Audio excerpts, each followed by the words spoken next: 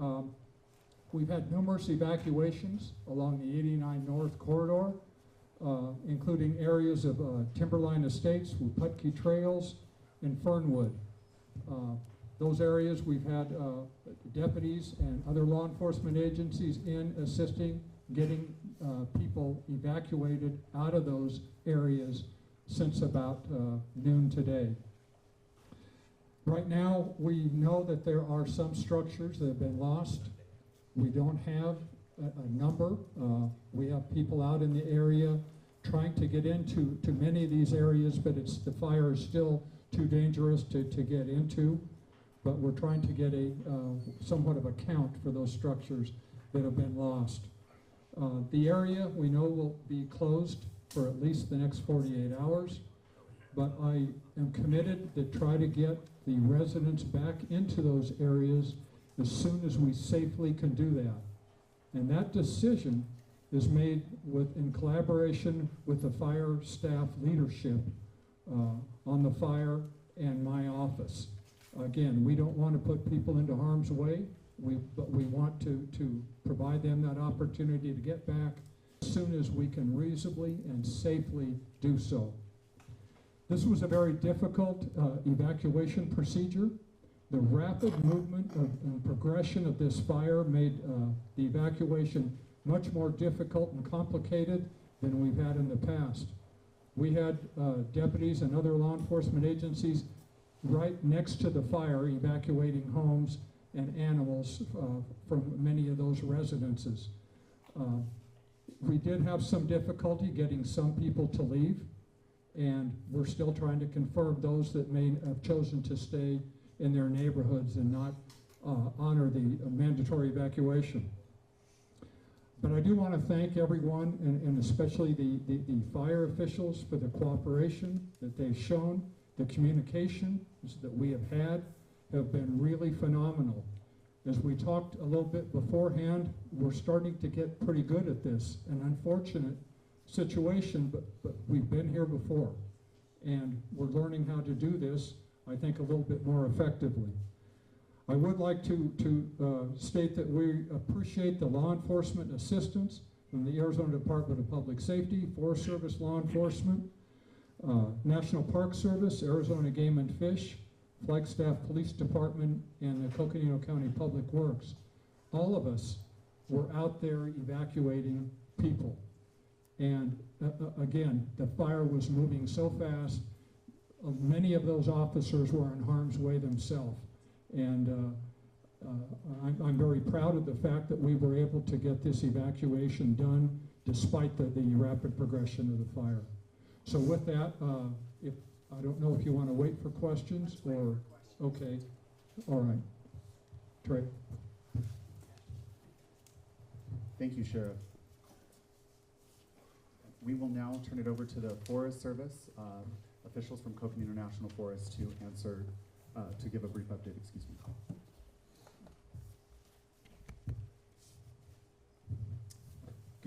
Good evening, everyone. My name is Matt McGrath. I'm the District Ranger here on the Flagstaff Ranger District on the Coconino National Forest. Thank you very much, Sheriff Driscoll, for that introduction and those comments. Wanted to let folks know some background on the tunnel fire. It was first called in on Sunday afternoon, approximately 4:30 in the afternoon. We have resources on the fire on yesterday and the day before. And we currently have a Type 1 team ordered. Expect them to start trickling in tomorrow into the next day, and we'll be in briefing that Type 1 team no later than Thursday morning. A fire investigation team has been ordered. They will be on scene tomorrow to help identify the cause of the fire and how it has progressed. I want to ask True Brown, the Fire Management Officer for the Flagstaff Ranger District, to give you an operational update.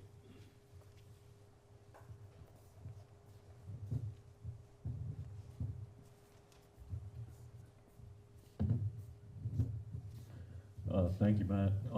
Thank you, Sheriff Driscoll. Again, my name is True Brown. I'm the Fire Management Officer here on the Flagstaff Ranger District with a quick operational update.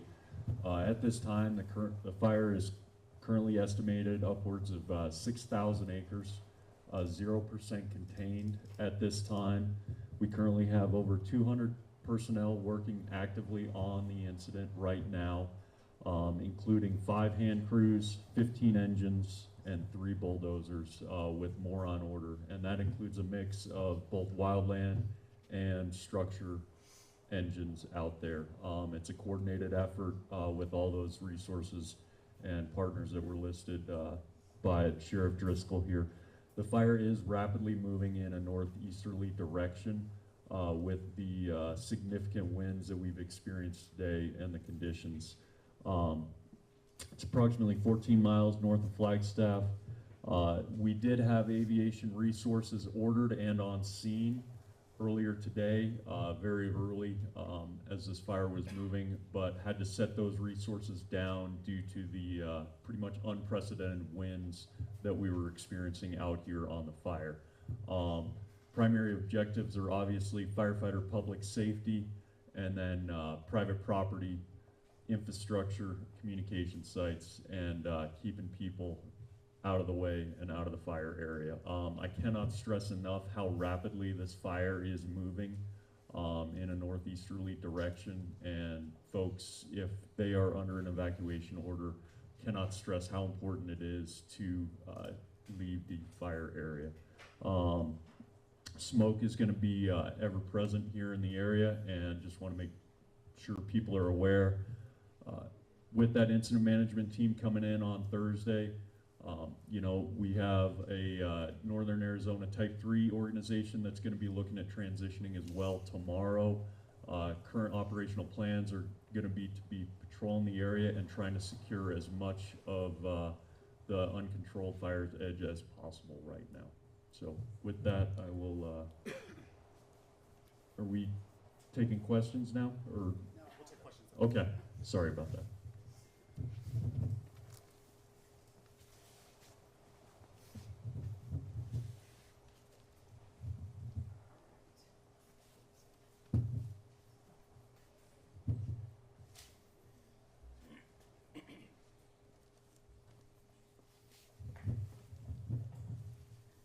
Well, good evening.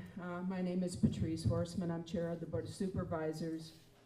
And as you know, this is not the first time wildfire has been experienced in the greater Timberline area. This area has lived through the Schultz fire and flooding in 2010 and is now unfortunately experiencing the tunnel fire. As everybody has said, it's a very difficult time. And we want everyone to know that the county is here for you now and will be here for you during the entire recovery project. I really appreciate the efforts of the fire crews, our sheriff's department, and all of our first responders. The tunnel fire has been fueled by high winds and dry conditions, and the county has deployed all available resources. We have requested assistance from the state of Arizona and the federal government. Our Emergency Operations Center opened at 2 p.m. this afternoon for response support and coordination, as well as coordination with both state and federal resources and agencies. Recovery support has also been requested through the state. For those that have been evacuated, the American Red Cross has set up a shelter information at Sanawa Middle School at 3950 East Butler Avenue here in Flag. And for those that need a place to house their pets, please bring them to the Coconino Humane Association at 3501 East Butler Avenue, also here in Flagstaff. Some of you may know High Country Humane has also been evacuated. Now, the estimation in the evacuation area goes like this. Approximately 2,068 people live in the area. From this, 766 households have been evacuated. Over 1,000 animals have been evacuated. As chair of the Board of Supervisors and on behalf of Coconino County, we have declared a local emergency. Both the supervisor for this district, District 2, Geronimo Vasquez, and myself are asking our residents, please be vigilant. Stay tuned to Coconino County emergency notification. Be fire-wise and cooperate and abide by these safety notifications. Please also go to coconino.az.gov/tunnel fire for the most recent information. Be safe. The county is updating this website with information as it becomes available. This is a time, as we've done in the past, for neighbors to help neighbors. The county will be here to support everyone during this very difficult time, but together, as we've done before, we need to be here all together as one to get through this. So once again, thank you very much for being here, and to our fire crew, our safety responders, our law enforcement, our sheriff's department, thank you so much. Appreciate it. And with that, now, is there anyone else? Are you ready for questions? Thank you, Chair Horstman. We will now open it up to questions. We also have Brian Klimowski here with the National Weather Service. Yes, and if there are any questions related to weather conditions, we have Brian Klimowski from the National Weather Service who can answer questions. This gentleman he had his hand up I'll first. just start here. I know you said that some people had not evacuated. Do we know at this point of any injuries or deaths at this point? For that question, we'll go to Sheriff Jim Driscoll. Okay. We've noticed so many people, but we're not sure whether or not people got out. We did get calls that one person was trapped in his house was on fire and couldn't get out. We couldn't get back up to that area because it had burned, the fire was already in it. So we don't know if he made it out or not. And we did get several other calls we're not sure about where people said their juveniles were at home by themselves.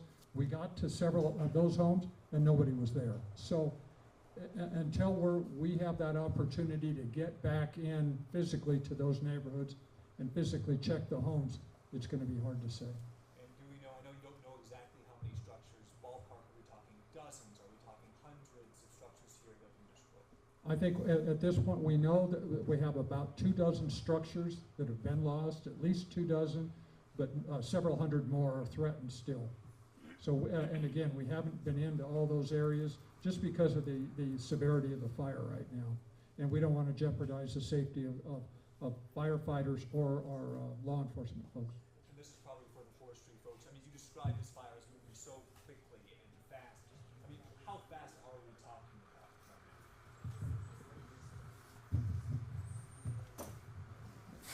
now? Yeah, so the question was, how quickly is the fire moving currently, and was it? It was moving, and it is continuing to move at miles per hour. That's what we're measuring it in. Really, from what we've seen, it's spotting well in front of itself, and then moving very quickly with the main fire.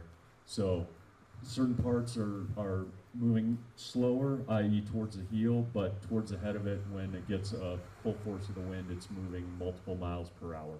And I know that just based off past fire footage, fires moving that fast, it's very hard to fight. I don't think you not have the ethical. The firefighters themselves actually fight this fire, or were they just backing off? No, when fire is moving that rapidly, really the best course of action is really just getting folks out of the way. That includes the general public, and that's where the focus of effort has been. In places where we have felt it's safe to engage, we have put people in there, particularly as soon as that fire front passes, immediately engaging behind that to help save and protect any structures we can. But a lot of the time, it's getting folks out of the way. And when we're talking flame lengths upwards of 100+ feet, there's really no piece of aviation or equipment that is going to be able to slow that down or stop it. So it's really getting life safety first and foremost, and that includes the responders. Yeah, I had a question too about sort of initially, the district manager was talking about, this has started early, it was 100 acres this morning. Was there an opportunity to stamp out that fire over the weekend or Monday, or what prevented that from happening? So this is, as I said, it was called in initially Sunday afternoon. This has been a full suppression fire from the very beginning. And we have the fire investigation team coming tomorrow to identify the cause and help us understand how it progressed to where we are. Do you have any sense of whether it's human caused or whether there's? Not at this time, I do not, no. Oh, it has to be human caused, there was no lightning in the area, right? I'm not aware of any, but I'm not the fire investigator, so I can't tell you for sure. I have been out there to the site, so when the investigator goes out, they'll be out, I almost certainly identify the cause. Sir, is this the earliest that you've seen this level of wildfire in Coconino County? You know, the conditions that we're facing that have been spoken to are, you know, we talk about fire years and how the fire season is extending. We have seen conditions such as this. A couple of years ago, there was the Tinder fire down on the Mogollon Rim Ranger District of the Coconino that experienced conditions such as this, these higher winds, dry fuel conditions, but it is something that, you know, is becoming more and more common, unfortunately. And, you know, the next couple days, as folks are witnessing down on Prescott on the Crooks Fire, we have a lot of potentially large fire growth days ahead of us. And that's what we're looking at right now. I mean, do you think it will change with how windy it's supposed to be over the next few days, that you guys will actually be able to get aircraft involved, or are you guys just gonna let it burn out? The folks on the ground, the specialists are looking at that and assessing that constantly to see when we can get those air assets up and helping out. We did have a fire watch module that came up and helped with some mapping and some intelligence from the air, but the actual tactical resources we have been unable to fly, although we are assessing that constantly. Can you talk about wind shifting and how nervous you are about that, or are you confident in the way that it's going right now? Can you talk a little bit? So, actually going to turn that over to Brian Klimowski with the National Weather Service, and he'll be able to speak to that with better accuracy than I will.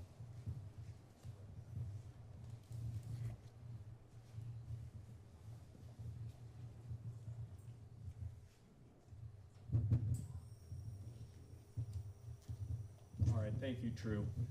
Indeed, we're going to have strong winds overnight, continuing gusting to 35 to 45 till midnight, slowly decreasing thereafter. Tomorrow, we should see relief from the strong winds. Current forecast has winds continuing, let's say 15 to 20, gust to 25 through tomorrow, and then through much of the week ahead.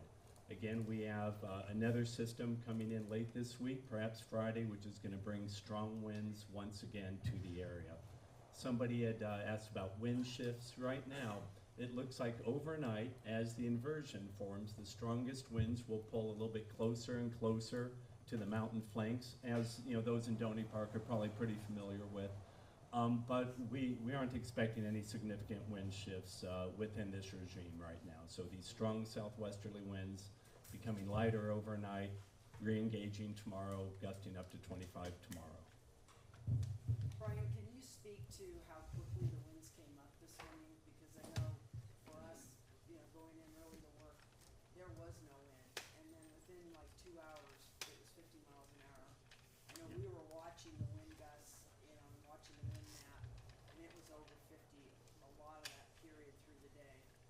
Yeah, you know, it's what we see here in northern Arizona in the springtime, where the overnight inversions bring down the winds quite a bit, but there's yet strong winds aloft.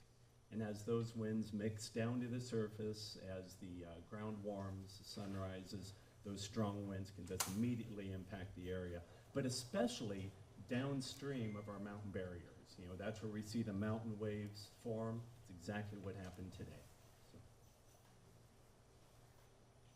this is the start of the season. It's likely only going to get worse. Any thought about closing the forest at this point?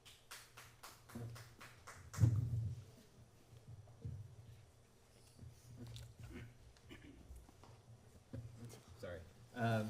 So we meet weekly with our partners, and we've already started having those meetings, cooperator meetings. We meet every Monday where we talk about current indices and fire restrictions. And generally we base those on fuel moistures, predicted weather, where we are in the season, the amount of resources available in terms of firefighting and prevention, and then also just the human factor involved and trying to balance our multiple use mission of visitor use and also protection of the forest in our communities. So we have not had those discussions yet on what day that will be, but I think this will factor into that as we continue to meet with our partners in the future going forward. So it sounds like it's not if, but when. I can't say when, but you know, we closed the forest last year. We did it 2 years, 3 years before that. When it didn't happen very often before that. So 2 out of the past couple of years. I think that's probably going to be a new normal for us going forward. Matt, a lot of Forest Service roads opened up just days ago. Is there a sense that perhaps delaying that decision could have assisted with any of what we're seeing now? You know, Ryan, I really don't know. Almost all of the roads on the district did open this past weekend, including the rest of the forest.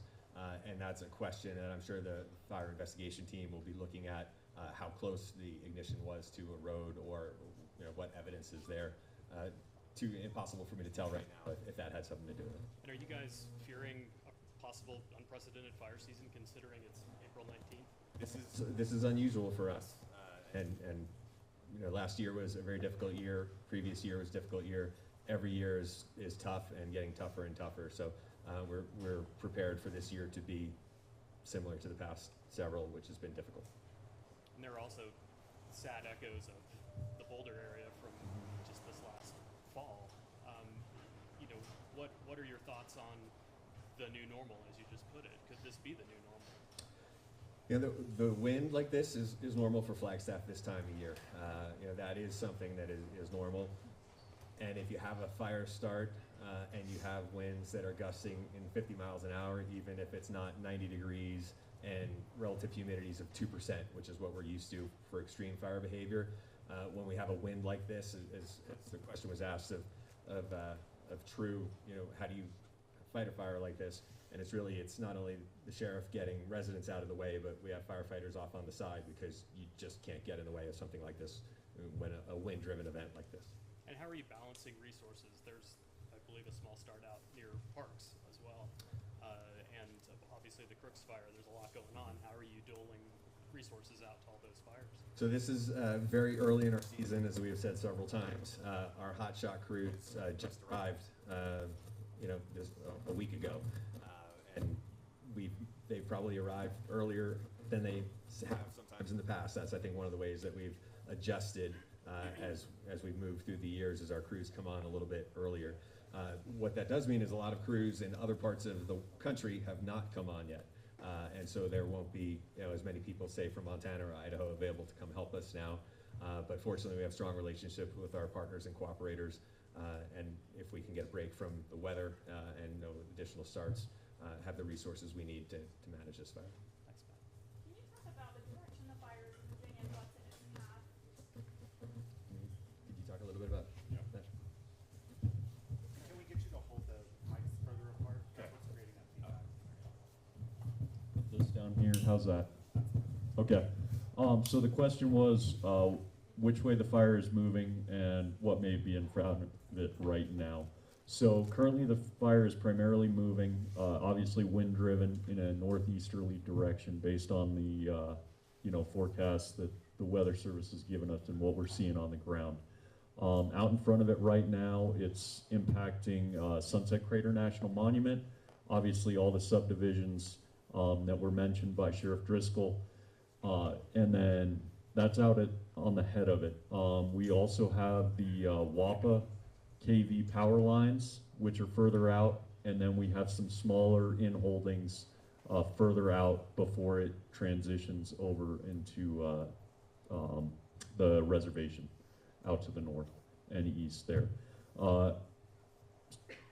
Concurrently, it's also threatening, you know, structures, private property, infrastructure, both north and south of the current fire progression right now too. And I apologize for not having a map to show this, but the flanks, if you will, off of the north and south are also still threatening those subdivisions, although the primary direction being wind-driven is to the north and east with that southwesterly flow, with fire movement to the north and south along that 89 corridor. As I said before, though, we have those 200 plus folks out there engaging where they can actively and safely get in to suppress those fires, or suppress the fires that moves in the subdivision. And those efforts are going to continue right now throughout the night and into tomorrow's shift, and then looking at areas where we can secure it as well. Drew, have you ever seen anything like this? Sorry. Any natural fuel breaks out there?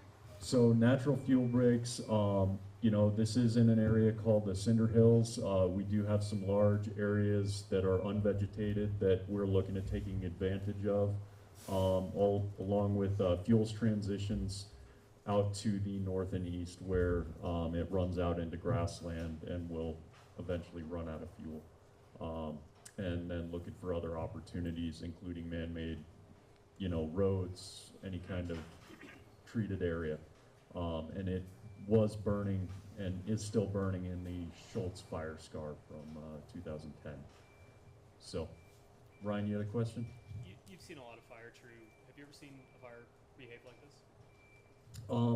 You know, have I seen a fire behave like this? Unfortunately, yes.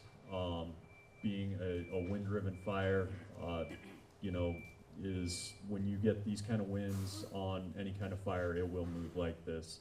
It's just going back to the time of the year and, you know, how rapidly things spread and how complex things get so rapidly is, unfortunately, yes, have seen this before. And that is, as was stated, what we're looking at sometimes with the new normal. This is for the county supervisors. What's the immediate plan for flood mitigation? What's the plan? And what is gonna be the immediate requirement for sandbagging? And are those facilities and services gonna be available immediately? You know, I'm going to give this one to Lucinda Andriani, who is our Flood Control District Director. So I put a call in to the engineering firm that did all the analysis for Schultz and has done all the analysis for museum. And we're hopeful that they can get up in the air and maybe do a flight tonight so we can see what's actually burned. But that tomorrow we'll be taking that information to really look at what is exactly has burned. But you know, the benefit, hard to say a benefit, but as everyone out here is aware, we built, you know, the structures on Forest up there have just operated, you know, just phenomenally. Those recovery of those alluvial fans, those big white areas up there, and the fact that it doesn't appear, and I'll find more out from True, but that it hasn't burned a lot of the really steep slopes up onto the peaks, it's much less likely. We may see an increase in flow, but it's a lot less likely that we will see the catastrophic and repetitive severe flooding that we saw 10 through 15 till we got those measures constructed. So, and those measures are there and they will perform again. Now I want to get out there and see what's actually happened, because those rundown structures and those terminal trenches all had logs, right? We used logs off the forest, and so did they burn? But the structures are all still there. So I think right now, in talking with him, I'm cautiously optimistic, but we are evaluating that. And if we need to mobilize like we did before, we will mobilize. And we'll, good or bad, we've got a long way to go until monsoon. But no, we're on it. That was one of my early calls. Thanks for bringing that up. Other questions? Yes, ma'am.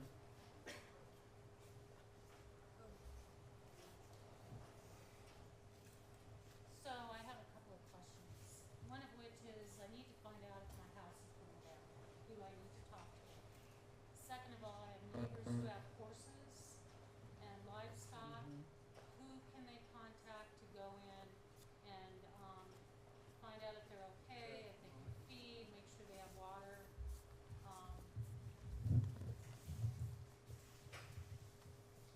Ma'am, as soon as we can get our deputies or other law enforcement people in, we will. And we'll determine as much of those issues as we can. It's just too dangerous for the people to be in there. And again, this is going to be, this decision will be in collaboration with the fire officials. But we want to get you back into your homes, but we also want to take care of whatever properties, and whether that's livestock or other animals, just as soon as it is safe for us to do that. As far as finding out, if Who do we contact to find that out? you can contact our office. Okay. Okay, and again, it may take a while, but we will get back with you as soon as we reasonably can. Was that with that 48-hour window you were talking about? Is that what you're expecting, at 48 hours, or are you hoping to get them back in quicker? Normally on these fires, and the fire folks I think can address this better, we need to keep people out of there until it's safe. And many times that's 2 days, 3 days. And again, try not to hold me to it. Much of it depends on the fire behavior too.